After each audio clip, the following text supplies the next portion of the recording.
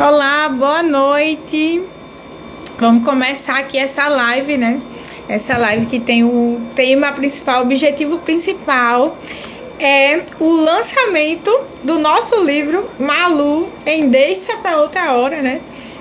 Então, primeiramente já agradecer vocês que estão separando aí esse tempinho para estar aqui junto comigo nessa live. Tô super empolgada para começar essa semana aí de lançamento. Eu acho que vai ter muita temática legal e estamos com convidados maravilhosos aqui, né? Boa noite, Lili, boa noite, Michele, Valéria, sejam bem-vindos, bem-vindas, né, na verdade. Boa noite, Letícia também, que está chegando aqui agora. Mas, além de agradecer, né, a presença de vocês, queria falar um pouquinho do porquê, né, que eu pensei em fazer esse momento aqui também no digital. Eu acho que é super importante também exaltar a importância de vocês para mim nesse processo, em todos os projetos que eu tenho por aqui.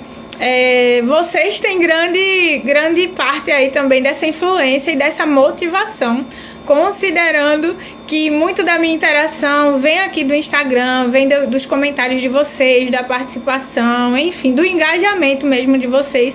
E o livro de Malu não vem de outra forma também, para além dessa inspiração de muitas histórias que passam e já passaram também no meu espaço, no consultório, vem também dessa interação de vocês, de cada respostinha das caixinhas de perguntas, cada direct que eu recebo, cada comentário nas postagens.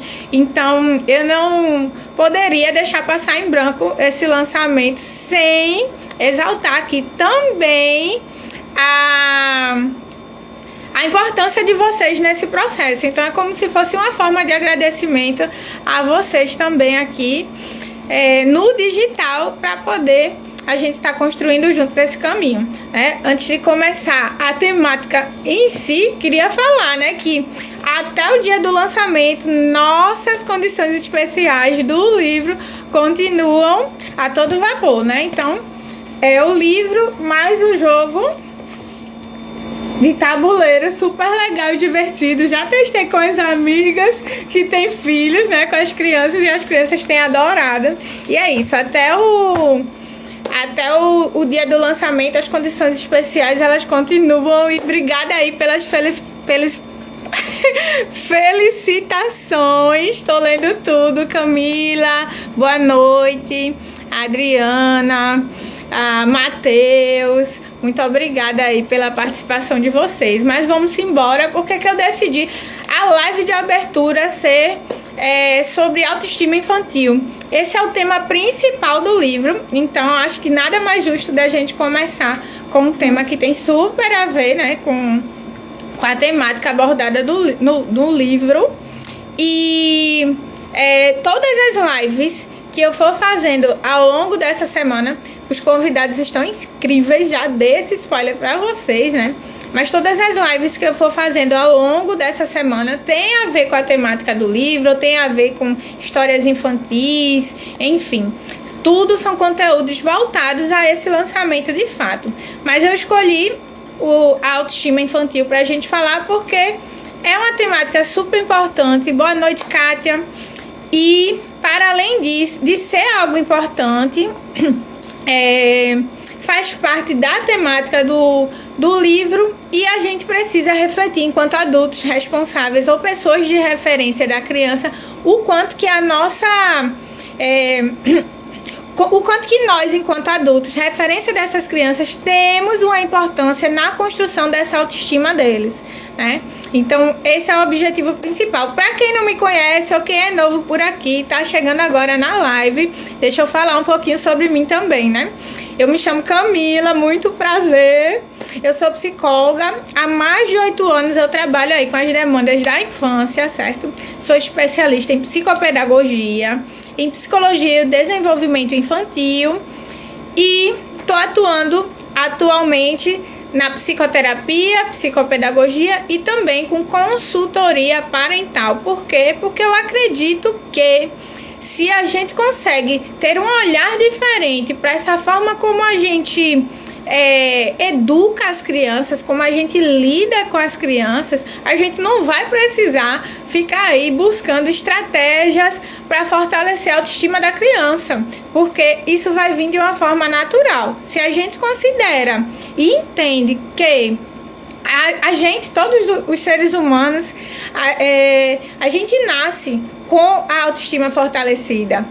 Na verdade, essa relação ela vai se modificando com o tempo, a partir das nossas vivências, enfim, da nossa relação com as figuras de referência, o mundo, as nossas experiências com o mundo ao nosso redor. Então, se a gente considera e traz, né, isso que é uma constatação científica como uma verdade, a gente entende que se a gente trabalhar a nossa forma de educar as crianças, os nossos filhos, os pequenos ao nosso redor, a gente não vai precisar ficar se preocupando, e agora como é que eu vou fortalecer essa autoestima? Porque ela vai permanecer com uma relação saudável com essa autoestima. Mas aí, pra gente iniciar, né, essa temática de uma forma mais específica, eu acho que é importante a gente desmistificar um pouco do que significa essa autoestima, né? Eu tô falando 1 milhão de vezes essa palavra. Mas no nosso dia a dia e no senso comum, ela é muito utilizada para falar, para remeter a questões voltadas a autocuidado, né? Então, tô lá no meu momentinho de autocuidado, cuidando da minha autoestima. Tem a ver, mas não é tudo. Essa pequena palavra, ela abrange um contexto muito maior, né? Porque ela vai falar da forma como esse sujeito se percebe. De modo geral, é como se fosse uma avaliação subjetiva que ele tem dele mesmo. E por que eu trago esse subjetivo? Porque essa forma como ele vai se olhar e se avaliar fala muito das vivências que ele tem. Como eu trouxe agora há pouco, essa relação ela é construída, né, ao longo da vida desse sujeito, dessa criança que daqui a pouco se torna adolescente e adulto. Então, é moldada a partir das suas experiências. Então, é por isso que a gente deve olhar para a autoestima como uma avaliação subjetiva desse sujeito sobre ele mesmo. E aí, né, as vivências, os fatos que ocorrem lá desde os primeiros anos de vida, eles são bem importantes e muitas vezes determinantes com essa forma, para essa forma que a criança se percebe e se vê, inclusive na nossa vida adulta. Isso reverbera, chega lá na vida adulta, né? Não quer dizer que enquanto adultos a gente não possa e não deva estimular essa autoestima.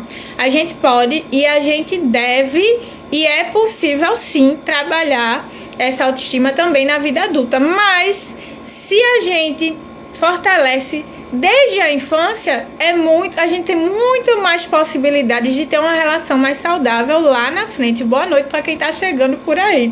Eu começo a falar e eu me empolgo, sabe? Então, se eu deixar de ver algum comentário, alguma coisa, vocês me sinalizam, por favor, que eu volto aqui e dou uma olhada. Não quero deixar ninguém passar em branco, porque esse momento aqui é nosso, é a nossa programação do nosso lançamento aí desse livro, que foi construído não só com a minha história, mas com a de vocês também. Tô vendo aqui uma perguntinha: como compro o livro e qual o valor?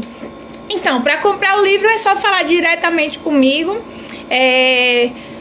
pelo direct ou pelo formulário lá. É só preencher que eu passo todas as informações direitinho. Eu não gosto desse negócio de preço no direct. É só para não tirar o foco do tema principal aqui, que é a gente debater sobre esses assuntos. Mas no final eu passo o valor do livro e tudo mais e explico com mais tranquilidade, certo? Não sei se fica ruim pra vocês, me sinaliza isso. Se vocês quiserem que eu fale agora, tudo bem. Pra mim não tem nenhum problema, que eu não gosto de suspense. Vocês sabem que eu sou a pessoa dos spoilers. Vivo dando spoiler por aqui. Mas é isso.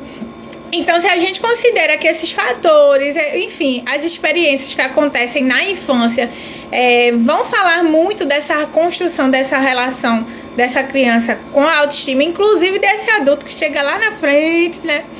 Com, enfim, a sua relação muitas vezes até negativada de si mesmo, de não se perceber, Tá bom, né? Se é pra falar agora, eu vou dizer. O livro em si, o valor dele é R$50, certo?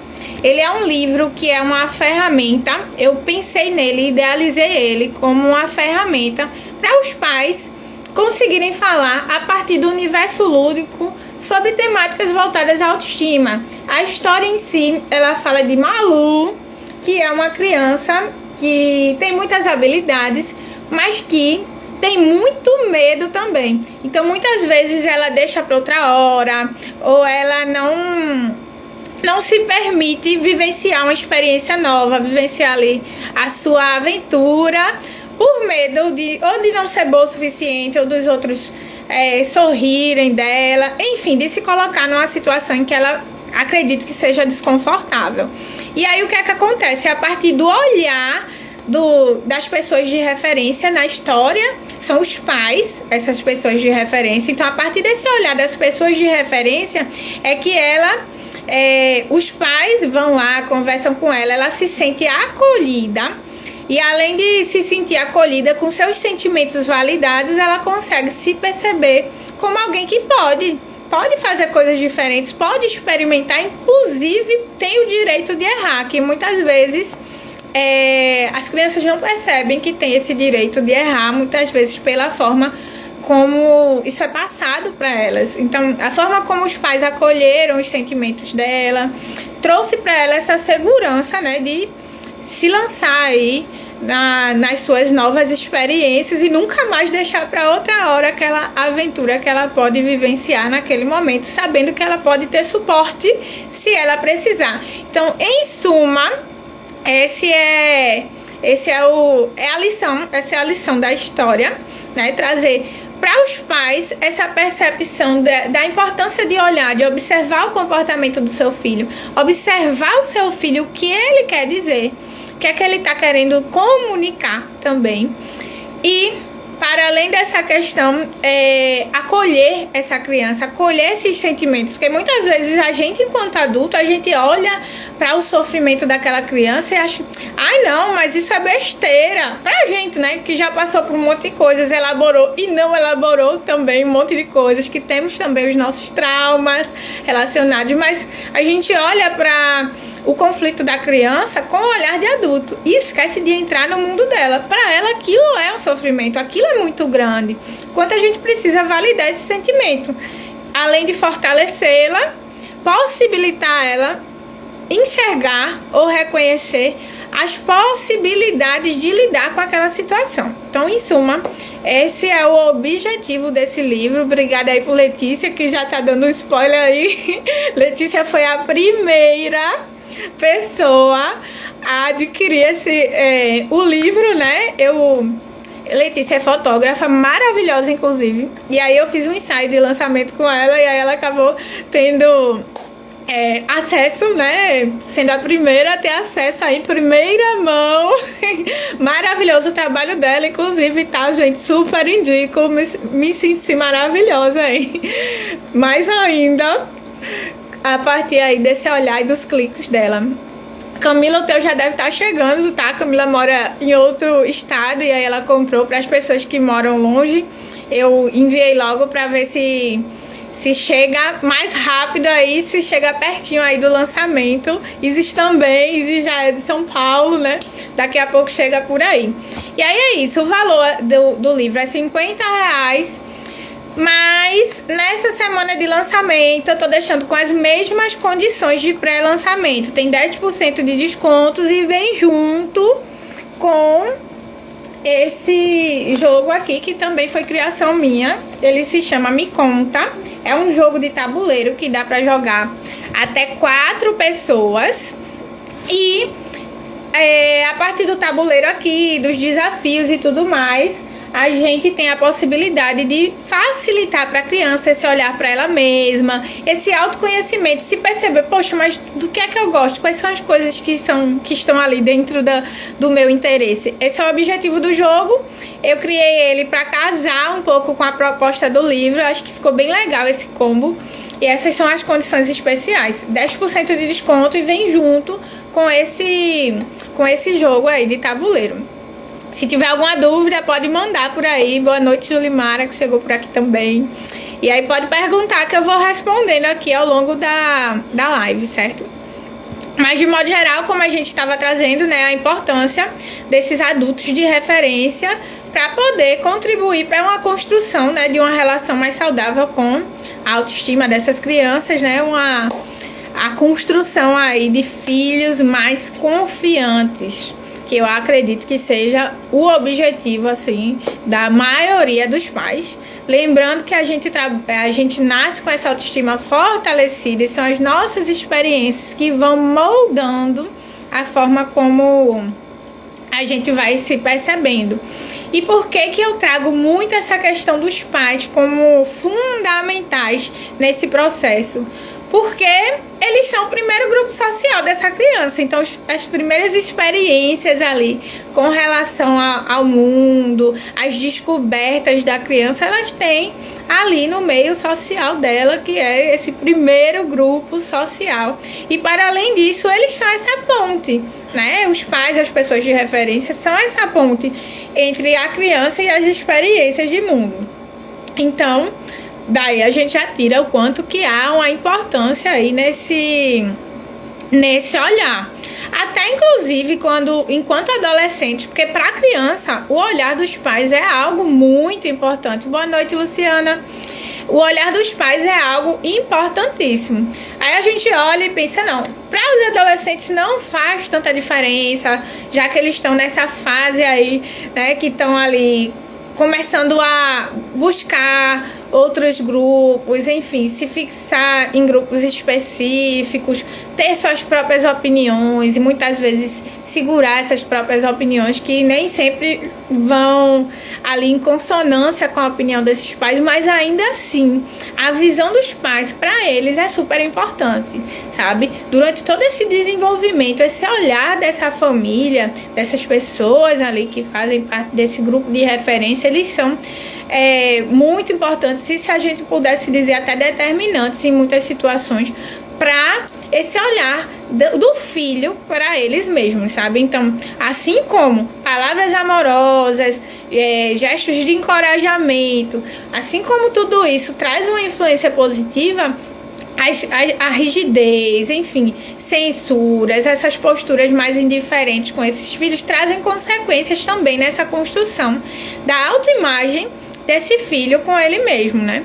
A criança, ela tem um conhecimento limitado de si mesma. Por quê? Porque ela está construindo, né? Ela está se desenvolvendo. Então, quem são as pessoas que estão ali nesse lugar de importância, nesse lugar de confiança, nesse vínculo de confiança? É a família, né? Então, por isso que dependendo da forma como essa família lida com essa criança também, vai ter uma diferença aí grande na forma como essa criança se vê. Então, refletindo sobre isso, é importante a gente pensar o que é importante evitar, né? Considerando que somos humanos e que não vamos ali estar sempre naquele 100%, vou fazer tudo certinho, porque buscar a perfeição também traz sofrimento e é uma tarefa impossível. Mas entendendo o que é importante evitar e sabendo por que é importante evitar, a gente consegue muitas vezes se monitorar com a forma que a gente fala, a linguagem que a gente usa, enfim, com os nossos pequenos. Kátia, você pode mandar um direct que aí eu te passo todas as informações, tá certo? Já dei um grande spoiler de tudo aqui sobre o livro, mas aí tudo que tiver faltando de informação eu te passo por lá, certo?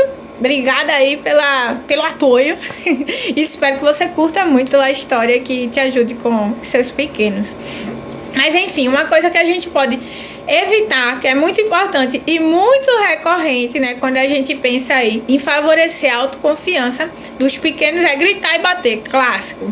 E aí as pessoas vão dizer, mas eu apanhei e tô viva, eu sobrevivi. Muitas vezes eu escuto isso, mas a gente precisa entender que é importante evitar. E por quê? Gente, isso é neurológico. O nosso cérebro, ele entende, por exemplo, o grito, ele ativa as áreas do cérebro, tal qual uma criança sofre uma violência física. Para você ver o quanto que isso é uma experiência profunda e que traz prejuízos para essa criança, sabe? Um outro ponto que a gente deve observar sobre essas práticas é, sei lá, a criança fez algo que eu achei um absurdo. Eu fui lá e bati. Eu tô ensinando meu filho que quando eu não gosto de algo, eu posso bater, né? Ou, por exemplo, a criança tá ali gritando e lá vou eu e grito por cima. Para de gritar! A criança até parou e a pessoa diz, não, quando eu dou uns gritos nele, ele obedece. Ele para, observa e obedece. Tá. Naquele momento a gente pode até pensar, funcionou, mas será que funcionou mesmo? O que é que ele aprendeu com aquilo ali? Talvez ele parou de fazer algo, não porque ele entendeu que é errado ou entendeu o porquê que não é legal fazer aquilo. Ele entendeu que, enfim, ele parou por medo. Então a gente está ensinando uma informação diferente daquela que a gente gostaria com essa ação.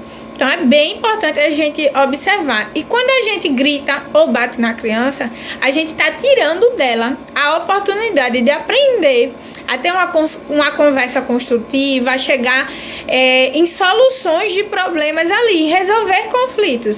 A gente não dá esse espaço para ela, porque quando a gente grita, a gente cala aquele outro. Ou a gente faz aquele outro se desregular ainda mais, sabe?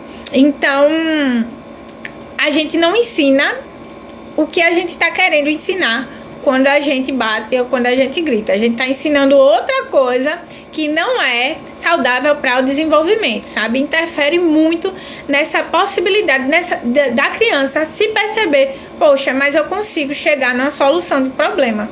Porque ali acabou a possibilidade, né, de se refletir sobre algo e chegar numa solução. Ficar trazendo novamente, por exemplo, conflitos que já foram resolvidos, muitas vezes acontecem e não é interessante para fortalecer a autoestima das crianças, porque é como se você não pudesse errar. Se a gente toda hora tá ali revisitando falhas, vamos dizer assim, a gente não dá ao outro o direito de ser humano, né? De, poxa, em alguns momentos eu vou errar. Não dar a ele a possibilidade, por exemplo, de refletir sobre algo. Isso aqui não foi legal. Mas se toda hora eu vou estar trazendo de volta, vai vir um sentimento de culpa, que é diferente de responsabilização, né? A gente deve sim fazer a criança se questionar, perceber o que tem ali por trás da sua ação, como o outro pode se sentir, que alguém pode ficar chateado com algo que aconteça ou alguma situação específica que ele se envolveu e que não foi legal. Mas se a gente traz como, por exemplo, tá sempre trazendo, sei lá, a criança quis trazer uma garrafa de água e derrubou no chão e quebrou. Aí lá vem, em algum momento alguém pede uma água e... Não, se você for pegar essa garrafa, você vai derrubar e vai quebrar. A gente tira da criança a oportunidade de fazer algo por alguém ou de se perceber capaz de ajudar o outro. Então, às vezes é muito mais assertivo a gente ir lá e dizer, ó, se você precisar de ajuda, se estiver muito pesado, me chama, que eu te ajudo, tá certo? É diferente. Ou então, vamos trazer junto, você traz os copos, eu trago a garrafa, o que é que você acha? Você traz a garrafa, eu trago os copos.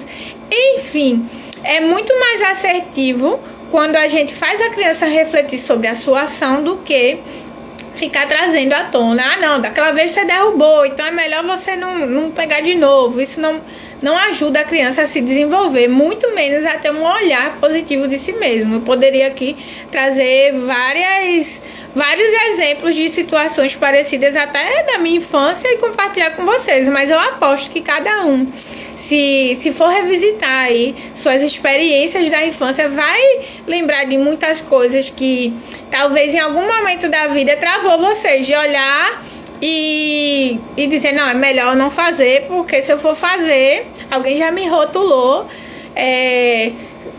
com tal adjetivo não muito positivo e eu coube dentro desse rótulo. Já que eu trouxe rótulos aqui, vou dar até um exemplo sobre isso, né? Eu fui uma criança com muita energia e a energia nem sempre traz somente ali bons resultados. Por exemplo, minha mãe, ela é super vaidosa, eu não sou muito. Então a gente tem essa diferença aí. Ela amava comprar muitas pulseiras pra mim, muitas coisas. Ótimo, eu achava bonito e usava. Mas eu não tinha ali tanta noção de espaço enquanto criança. Gostava de... eu não andava correndo, eu só corria, vamos dizer assim. Na minha casa tinha muitos móveis, vamos dizer que não era preparada para ter uma criança. Era tudo no lugar, muito organizado. E uma casa com criança, ela... muitas vezes o mais adequado é que se priorize, certo, um espaço ali para que essa criança consiga transitar mais livremente. Mas enfim, o que é que acontecia? Provavelmente eu batia em algum lugar, eu nem via. Quando eu via, eu já tava sem a pulseira, porque a pulseira quebrava. E aí o que eu sempre ouvia era que eu era desastrada. E aí, não, você é muito desastrada, quebra tudo, não sei o que. Então teve um tempo que eu comecei a não querer mais as pulseiras. Até hoje, por exemplo, eu uso pouco, embora eu use, mas eu uso pouco. E muito desse meu afastamento, porque eu achava bonito, mas por um tempo, até eu entender de onde veio, por um tempo eu evitei. Mas eu evitei usar a pulseira porque eu acreditei que eu era desastrada. Eu coube nesse rótulo que me foi dado e fiquei lá dentro desse rótulo, sabe? Isso é um exemplo bem básico, trazendo um exemplo pessoal para vocês só para ilustrar.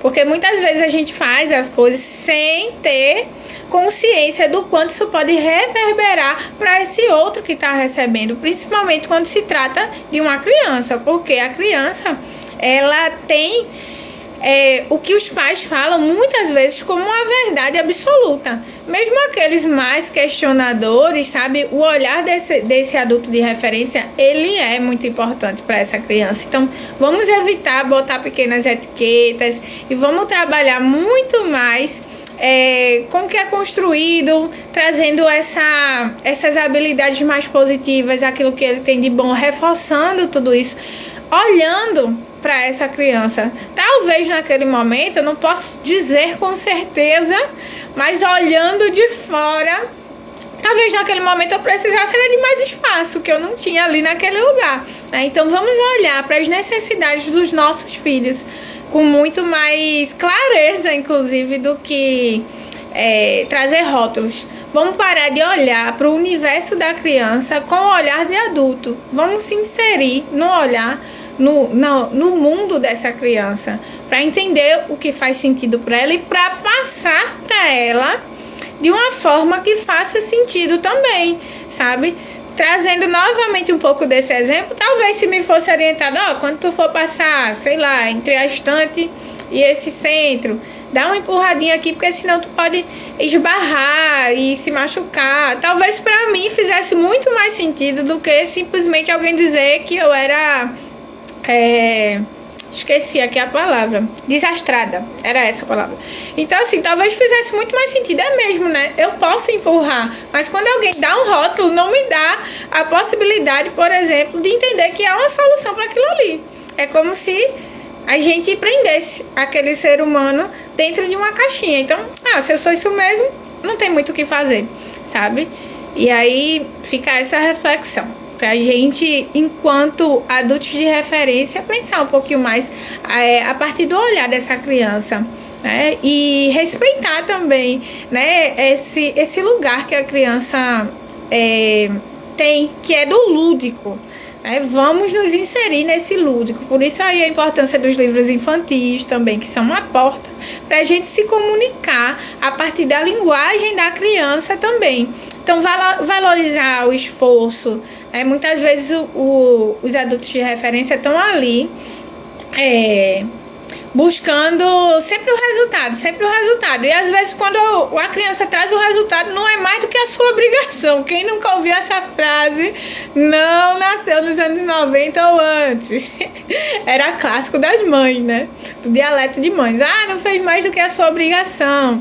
E eu entendo a mensagem que as famílias queriam passar, mas será que a criança, ela entende da mesma forma que o adulto? A linguagem da criança é outra, é o lúdico, sabe? Então, saber valorizar os filhos e o que eles têm de melhor é também aceitar que eles não são perfeitos, assim como nós adultos também não somos, sabe? Então, se a gente consegue estabelecer limites sem precisar usar gritos ou ameaças, maravilha. Inclusive, eu tô aí para lançar um curso para pais, para trabalhar aí essa autoestima das crianças, tá? E aí a gente vai trabalhar um pouco sobre tudo isso, porque é muito fácil chegar aqui e falar sobre todas essas coisas do ideal e do real, mas e aí, como é que eu faço isso, né? Isso é com o tempo, é com treino, e aí a gente vai fazer isso juntos no nosso próximo curso, que vai ser voltado especialmente para pais. Uma outra novidade que eu vou falar logo, antes que eu esqueça de compartilhar com vocês, é que agora a gente vai ter um grupo no WhatsApp somente para pais, certo? Então, toda semana vai ter conteúdo lá para pais, voltado para, enfim, desenvolvimento infantil, para essa relação pais e filhos. E aí, quando eu terminar a live, eu coloco lá nos stories o link do grupo, que é voltado só para pais, tá certo? Mas é isso. Como eu trouxe para vocês, eu acredito muito que a chave para pra gente ter filhos mais autoconfiantes é a gente olhar para nós mesmos, além de trabalhar nossa própria autoestima, olhar para aquilo que a gente olha e diz, poxa, isso aqui não foi legal na minha educação, e evitar reproduzir certos padrões que muitas vezes são normalizados e que não são legais. Se a gente tem consciência do que não é interessante e do porquê não é interessante, é muito mais fácil da gente se manter ali vigilante, dentro das possibilidades aí do que, enfim, do que a gente olha e diz, poxa, vou aqui respirar, ao invés de dar aquele belo grito, diz, menino, para, ou arruma isso daí.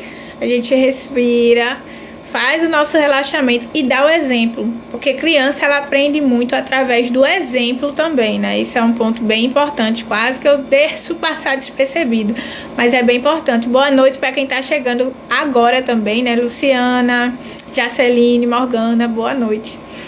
E é isso. Que estratégias a gente pode ter para fortalecer aí essa autoestima das crianças, para deixar aí facilitar aí uma relação mais saudável dos filhos com a autoestima, né? Ter filhos mais autoconfiantes. Uma boa teoria da psicologia que eu venho me aproximado muito, que eu curto muito de fato, assim, pela filosofia e pela prática, é a disciplina positiva.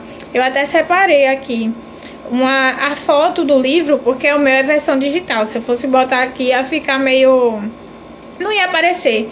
Aí eu botei a imagem da capa, mas eu não sei se vai aparecer. Até que aparece, ó. Enfim, esse livro aqui, ele se chama justamente Disciplina Positiva. É maravilhoso. Eu indico muito para pais, também para profissionais, tá? É bem legal.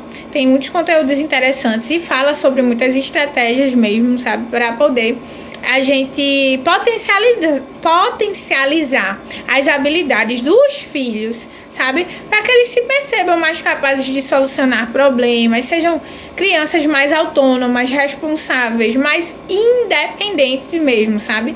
E aí, entendendo que dentro da disciplina positiva, a gente não reconhece, de fato, castigos físicos, enfim, como recursos que favorecem aí esse desenvolvimento das crianças.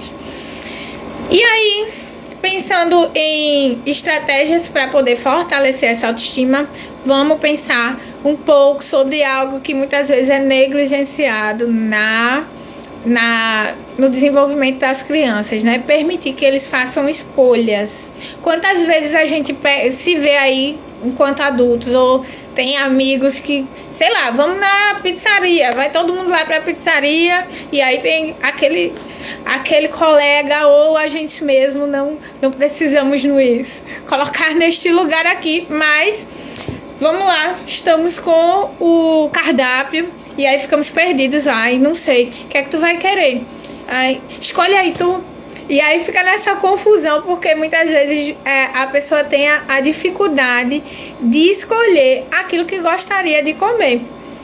E muitas vezes isso vem da infância. Uma criança que não tinha possibilidade de escolha, sabe? Se ia num, sei lá, se ia num restaurante, comia o que a mãe queria, ou comia o que o pai queria. Não tinha muito essa coisa de, o que é que você prefere? A gente tem duas opções, o que é que você acha melhor? Não tinha muito, né, essa possibilidade.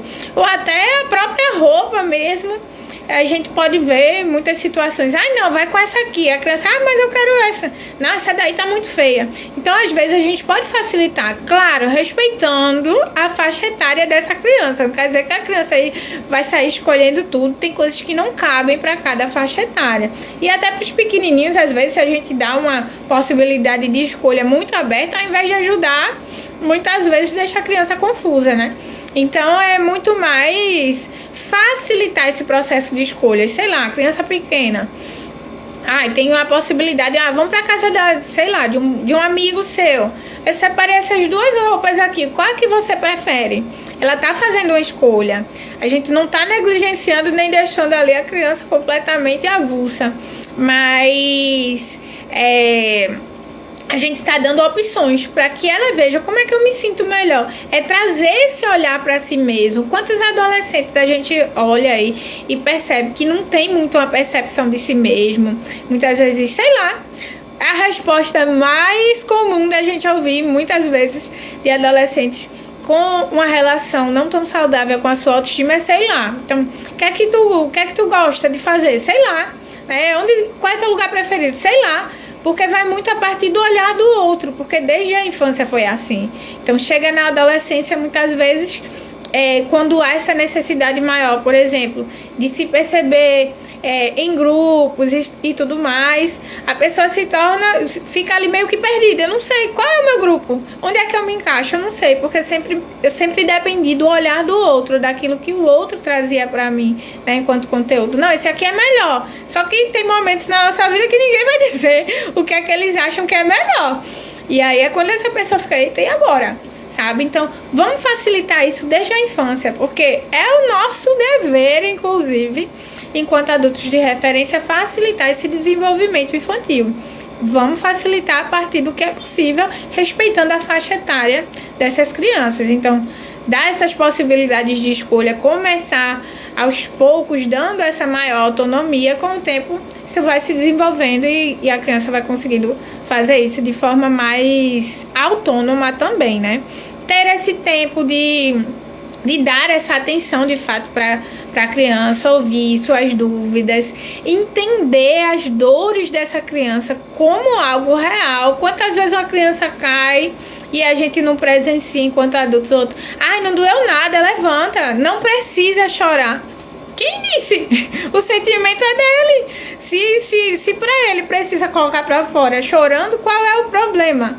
Né? Então muitas vezes a gente olha a partir do olhar do adulto, de certo, caiu ali, talvez para o adulto não doeu, mas para o olhar da criança isso pode significar algo muito maior. Eu não sei qual é o contexto daquela queda, se ele estava correndo para alcançar alguém, não conseguiu, tem sentimento ali, sabe? Se é de fato a dor, então a gente vai facilitar, vai acolher esse sentimento, respeitar as emoções dessa criança, para poder validar o sentimento dela e fazer com que ela consiga pensar em possibilidades e estratégias para lidar em outras situações como essa em outro momento, trazendo para a nossa realidade, elaborar a situação, né?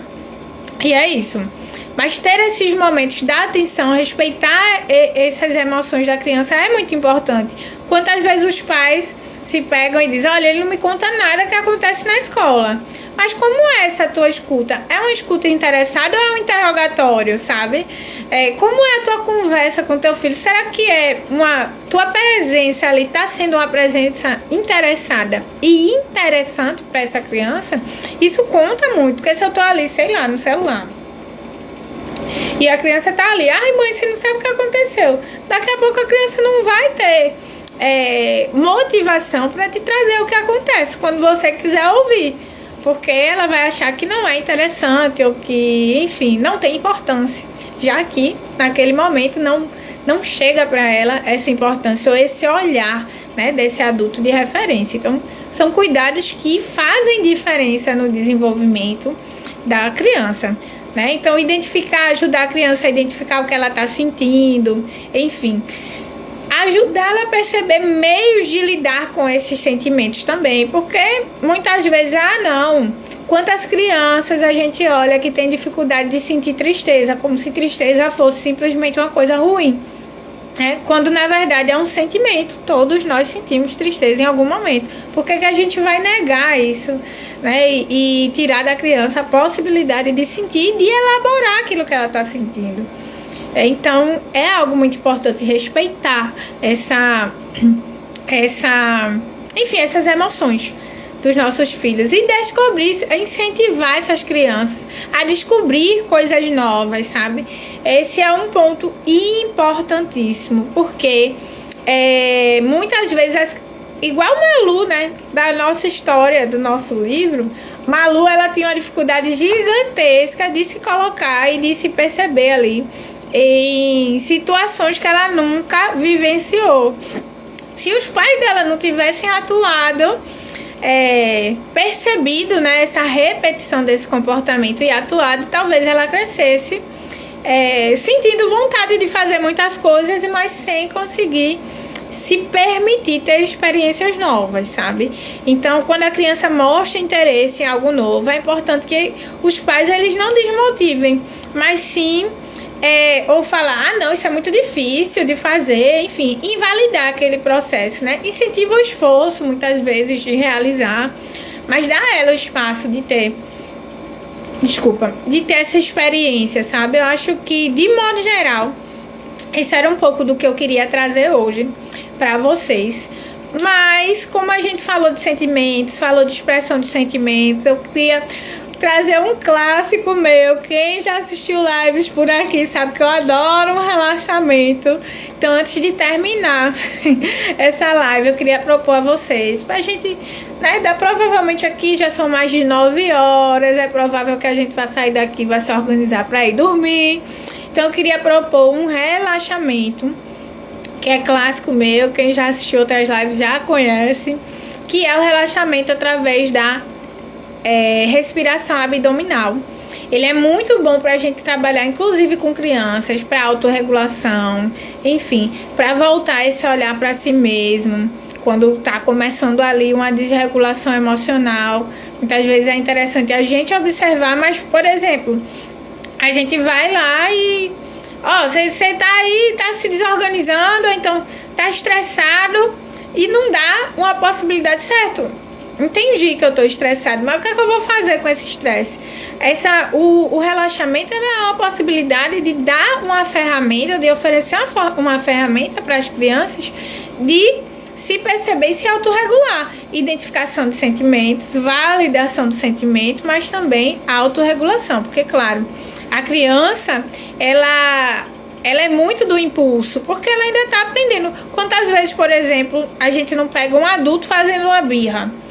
Isis, não sei se ela continua por aqui ainda, mas ela já apareceu por aqui pela live. Ela fala maravilhosamente sobre isso. Inclusive, no Instagram dela, recentemente, ela falou um pouco sobre birras de adultos, né? Que é super real. Quantas vezes a gente não percebe aí, sei lá, um adulto com raiva que bate uma porta, ou que, sei lá, tá segurando algo, bota ali, bate na mesa com muita força. Isso é um tipo de birra, uma birra de adulto, né? Então, se um adulto que já teve aí a oportunidade de ter todo esse trajeto aí, de se perceber, de entender seus sentimentos, de reconhecer seus sentimentos, de lidar com seus impulsos, muitas vezes faz birra, imagine uma criança que está se percebendo, se conhecendo e aprendendo a lidar com os seus impulsos, né? Então, muitas vezes a gente invalida como se fosse o pior comportamento do mundo e a gente não se observa enquanto adulto também, que muitas vezes tem comportamentos dentro da nossa realidade de adultos parecidos com esses comportamentos infantis, sabe? Enfim, do universo ali da criança e da infância. Então, para a gente fazer esse relaxamento através da respiração abdominal, eu vou pedir que vocês fechem os olhos, foquem aí na respiração de vocês, e aí colocam a mão aqui, ó, no peito, e a outra no abdômen. E a gente vai se concentrar apenas na respiração. E aí, essa respiração, a gente vai focar numa respiração como a de um bebê. O bebê, se a gente observar um bebê dormindo, ele respira e o que mexe é o abdômen, é a barriga, né? A barriga vai e volta. Então, a gente vai deixar o nosso peito paradinho e vai respirar apenas pelo abdômen.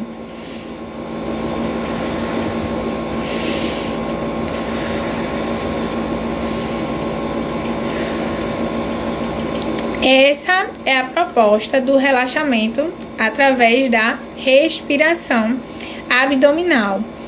É muito bom para adultos, é um relaxamento que a gente pode fazer em qualquer lugar. Então, sei lá, tô sentada, tô no trabalho, tô, sei lá, ficando um pouquinho mais ansiosa, posso parar um pouquinho e fazer sentada mesmo. Se eu estiver em casa, sei lá, perto da hora de dormir, quero relaxar um pouquinho, eu posso fazer até deitada. Mas é um relaxamento que dá pra fazer em pé também, inclusive.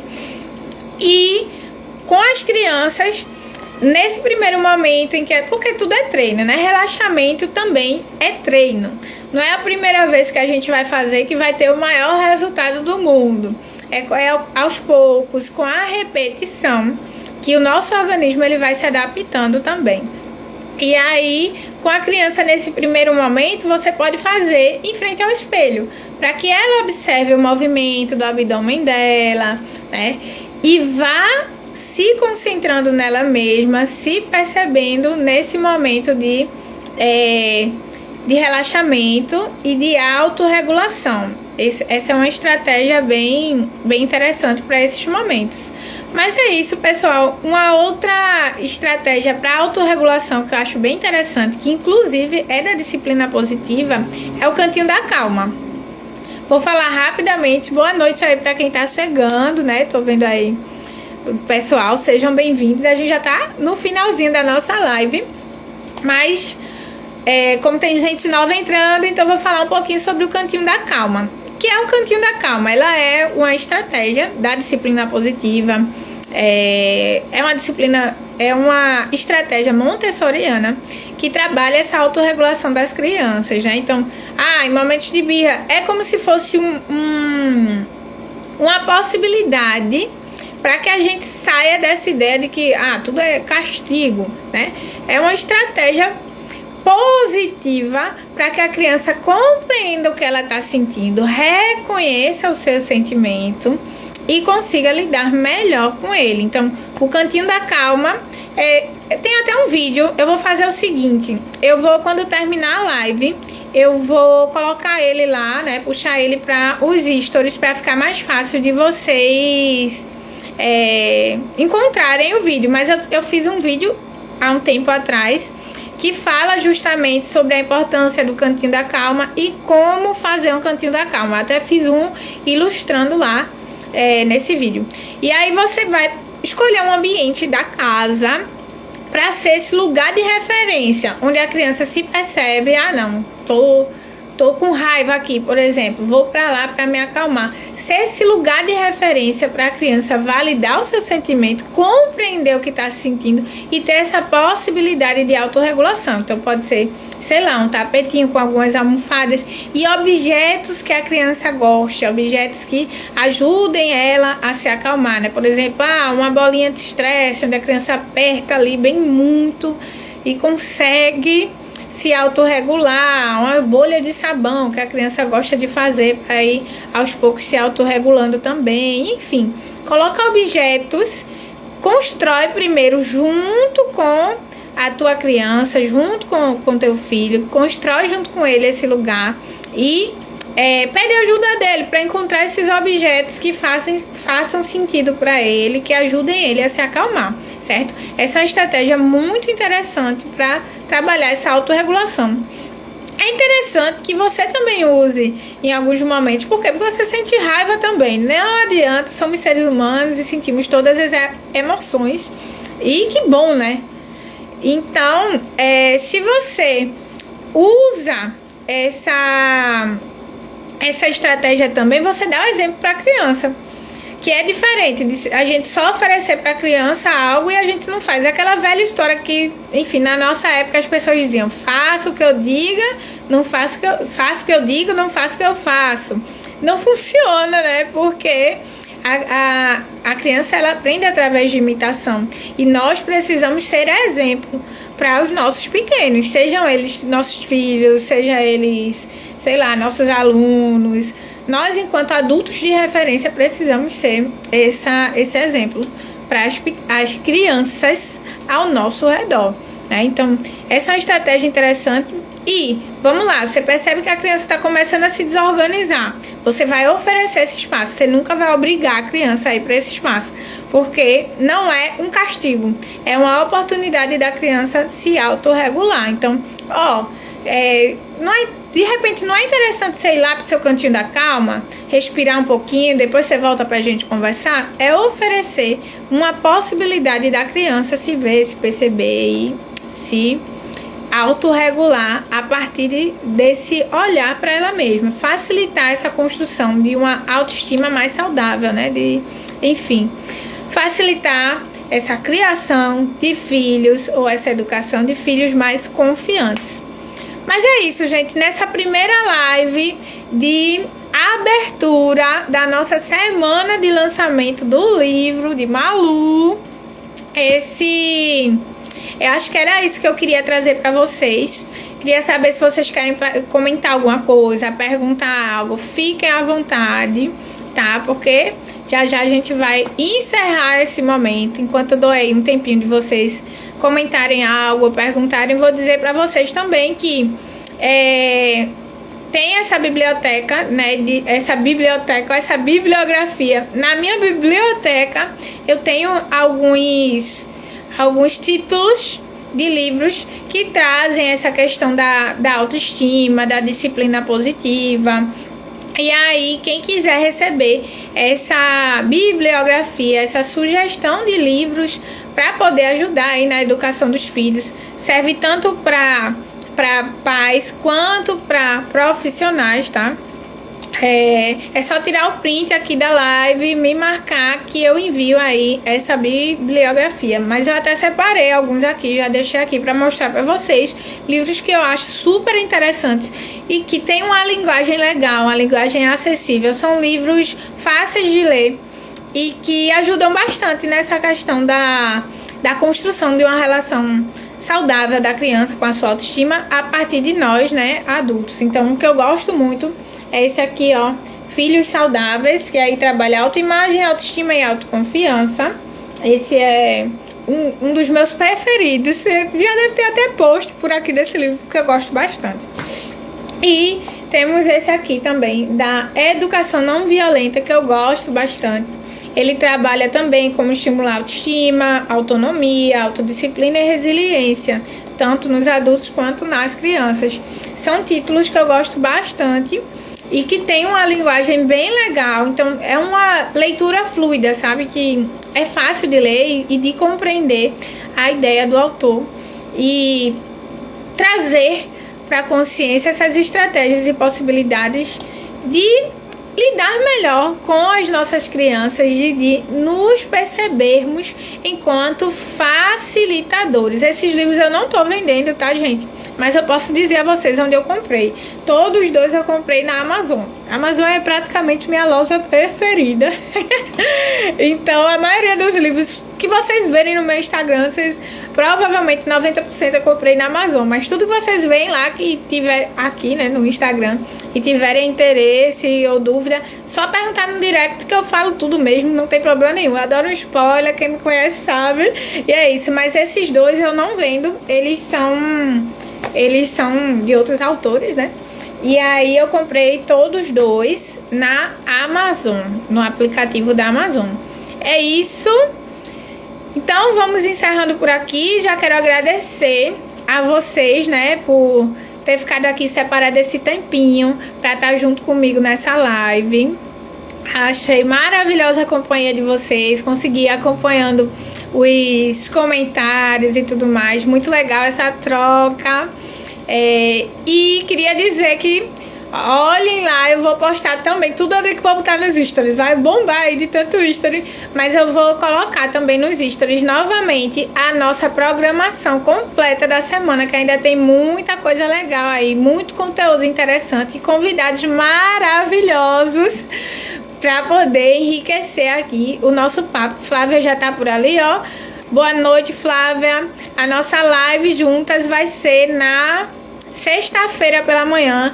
Outra coisa também que eu tentei pensar era colocar em horários diferentes. Então a gente vai ter live pela manhã, a gente vai ter live no início da noite, mais pro finalzinho da noite também, para poder minimamente conseguir trabalhar aí e compartilhar um pouco, refletir junto com vocês, enfim, de acordo com o horário de vocês, o que é possível para cada um. Obrigada aí, gente, pelos comentários e pela companhia, foi maravilhoso. E lembrando que até o final dessa semana a gente vai continuar com as condições de pré-lançamento, tá? Então vai ser o livro, o combo do livro com o jogo. O jogo tá super divertido, bem legal, as crianças têm adorado.